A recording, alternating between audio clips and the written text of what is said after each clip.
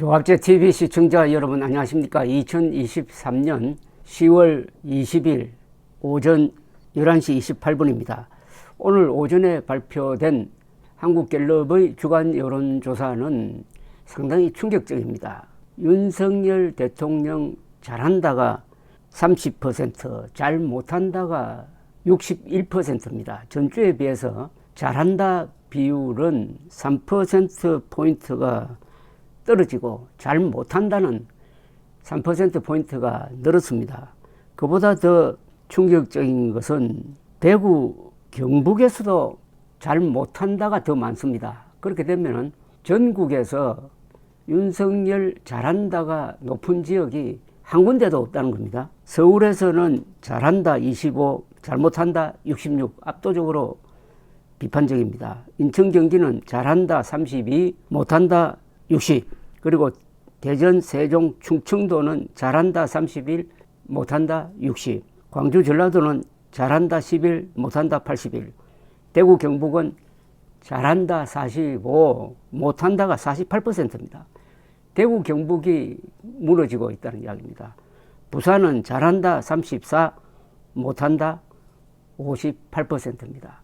자, 이 세대별로 보면은 70대 이상입니다. 70대 이상을 제외하고는 못한다가 더 많습니다. 그러니까 70대 이상만 지금 윤석열 대통령 지지 기반으로서 존재하고 있다. 이런 이야기죠. 18세에서 29세 사이는 윤석열 잘한다 24, 못한다 62, 30대는 잘한다 16, 못한다 70, 40대는 잘한다 15, 못한다 83%, 50대는 잘한다 33, 못한다 62, 60대는 잘한다 46, 못한다가 47%입니다. 60대도 무너졌습니다. 70대 이상에서는 잘한다 51, 못한다 36. 그러니까 70대 이상만 지금 버티고 있는 그런 상황입니다. 자, 이게 정당 지지도를 한번 보겠습니다. 정당 지지도는 비슷비슷합니다. 정당 지지도는 지난 3월 국민의힘 전당대회 이후에 비슷하다고 보면 됩니다. 이번도 마찬가지입니다. 국민의힘 지지가 33, 더불어민주당 지지가 34, 정의당이 3, 기타 2, 무당청이 28%입니다.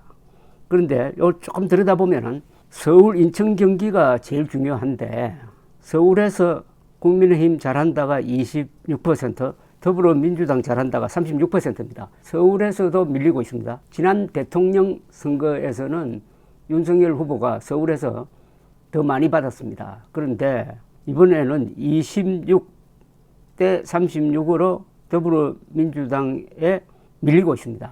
그리고 인천, 경기 지역은 같은 걸로 나옵니다. 만약 이 여론대로 내년 총선이 간다면은 수도권에서 국민의힘이 상당한 차이로 지는 걸로 나옵니다. 지는 걸로.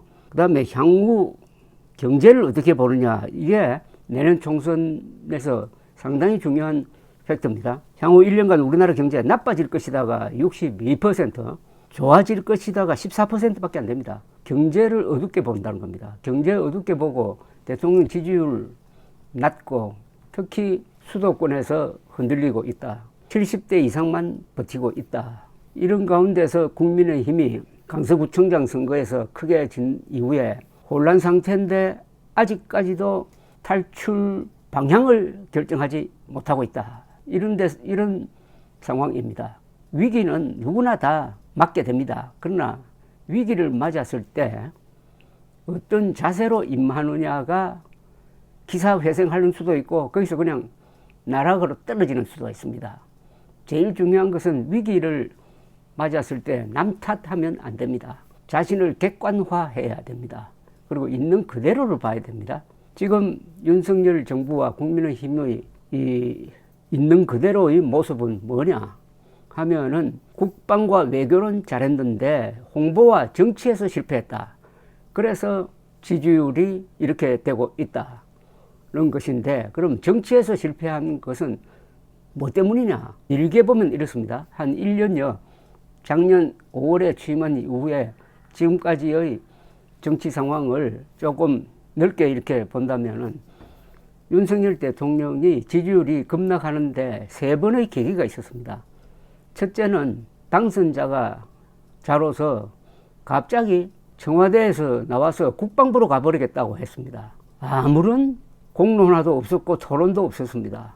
그리고 원래는 청와대에서 광화문으로 나오겠다고 그랬지 국방부로 가겠다는 말을 자체가 나오지 않았는데 광화문에 좋은 장소가 없으니까 아예 국방부로 가겠다. 국방부가 그럼 또 다른 데로 가야 될 거 아닙니까? 그런데 그 결정하는 과정이 너무나 독단적이었습니다. 특히 제왕적 무슨 대통령 권력을 청산한다고 하면서 과거의 우리 대통령들을 좀 비판하면서 그런 논리를 세우니까 그걸 보고 얼떨떨했습니다. 얼떨떨했어요. 대통령 당선자 시절은 다 새로운 시대가 열린다고 그래가지고 이 기분이 좋고 국민들도 기대감이 차 있을 때인데 느닷없이 그런 발표를 하니까 국민들 절대 다수가 이것은 무리라고 반대를 했습니다. 그래도 밀어붙였어요. 여기서부터 지지율이 떨어지기 시작했습니다. 특히 중도층이 떨어지기 시작했습니다. 중도층. 그래도 6월 1일, 작년 6월 1일 지방선거에서 국민의힘이 압승을 했습니다. 이 순간부터 잠시 회복되는가 싶더니 7월에 들어와가지고 이준석을 몰아내기 시작했습니다. 이준석을 징계를 했습니다. 이준석이 이에 불복하고 7월부터 근 한 넉 달 동안은 이준석 몰아내는 게 국민의힘의 최대 과업이 되고 그것도 대통령이 앞장서가지고 이준석을 내부 총질하는 사람이라고 몰아붙이는데 또 이준석은 이에 반발해가지고 법정투쟁도 하고 하니까 이번에는 2030이 탈락하기 시작했습니다. 2030, 특히 2030의 남자들은 이준석을 믿고 국민의 힘을 지지하고 윤석열 후보를 지지한 면이 강하죠. 근데 이준석을 한번 써먹고 버리는구나. 이준석을 이용을 해가지고 우리 표를 가져가고 이제 정권 잡았다고 해서 저렇게 치사한 식으로 버리는구나. 말하자면 이준석을 대하는 대통령과 국민의 힘의 자세가 바로 2030 세대를 대하는 그런 아저씨들의 자세로 비춰져 가지고 2030 세대가 탈락하면서 완전히 반정부 세력으로 바뀌고 말았습니다. 아까 설명드렸지만 2030, 40이 지금 반윤석열로 똘똘 뭉쳐 있는 느낌입니다. 반윤석열로 똘똘 뭉쳐 있다 그죠? 반윤석열이 곧 반국민의힘이 될지 안 될지는 그 국민의힘이 잘 해야 됩니다. 그래서 지지율이 한 번 더 떨어졌습니다. 그 다음에 작년 가을에는 민노총과 대결하고 법치를 세우겠다는 그런 엄정한 자세를 피우니까 지지율이 다소 회복이 되었습니다. 그러다가 올해 3월에 김기현 씨를 국민의힘 당대표로 내세우는 과정에서 또 대통령이 전면에 나섰습니다. 그러면서 나경원, 안철수, 지명도가 있는 두 사람을 상처를 주면서까지 뒤로 물리고 김기현 체제를 만들었는데 누가 봐도 김기현은 윤석열이 꼭두각시다 이렇게 보이기 시작한 거예요. 또 거기에 맞게 김기현 씨가 행동하니까 완전히 국민의힘이 윤석열 대통령의 부하 조직이 되고 말았습니다. 우리 국민들이 가장 싫어하는 게 이겁니다. 우리 국민들은 남 앞에서 슬슬 기는 거, 권력에 아부하는 거 이거 굉장히 싫어합니다. 그러니까 김기현 국민의힘이 지난 6개월 동안 뭘 했느냐 물어보면 생각이 안 납니다. 왜 생각이 안 납니까? 정치라는 것은 투쟁입니다. 여야 투쟁도 있지만은 여당 안에서 정책을 놓고 서로 치고받고 해야 됩니다. 대통령에 불복하는 사람도 나오고 그렇게 해야 여당에 국민들이 관심을 두는데 여당이 한 목소리인데 무슨 재미가 있습니까? 이준석이 빠진 유일하게 대통령에게 놓으라고 말할 수 있는 이준석을 내친 국민의 힘은 그냥 내시 정당 비슷하게 되고 말았습니다. 그러다가 이재명 리스크에 기대를 걸고 검찰 뒤에 숨어가지고 논평이나 해대는 여기서 한 걸음 더 나갔습니다. 강서구청장 선거를 잘못했습니다. 강서구청장 보궐선거가 있도록 만든 사람을 서둘러 사면시켜가지고 또 공천을 하니까 강서구청 유권자들은 자존심이 안 상하겠습니까? 이 사람 찍어 하는 식으로 느꼈지 않겠습니까? 그래서 17%포인트 차이로 크게 지니까 그때서 지금 국민의 뜻을 따르겠다 이렇게 나오는데 어떤 식으로 따르겠다는지 안 나옵니다. 이 체제로 갈 거냐 아니면 비상대책위원회를 만들 거냐 지금 이 체제로 가는 걸로 나오는데 글쎄요. 근데 요사이에 이제 어떻게 할 거냐 뭐 반성한 쪽에서 나오는 게 어떤 사람은 제2의 이준석이 나와야 한다. 지금 이준석은 쫓겨나왔으니까 힘이 없다면은 다른 이준석이라도 만들어가지고 2030 세대의 마음을 잡아야 한다. 이런 건의를 한 사람도 있고 오늘 인터뷰를 보니까 민주당 계열의 어떤 사람은 보수가 유승민, 안철수, 이준석을 상대로 싸우면은 보수가 지게 된다.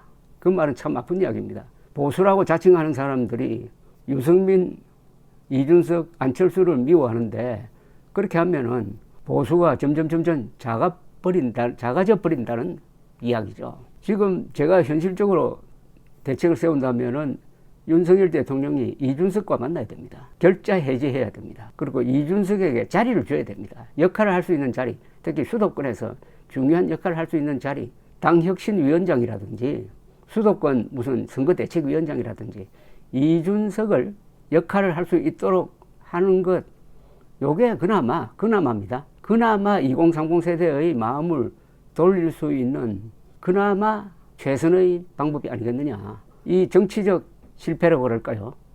지지율 하락의 가장 큰 원인이 이준석을 이용해 먹고 쫓아냈다고 하는 이런 인상을 2030 중도층에 찍어버린 것이 원인이었다면 그 원인부터 치유한 바탕에서 대책을 세워야 되지 않을까 하는 생각이 들었습니다. 감사합니다.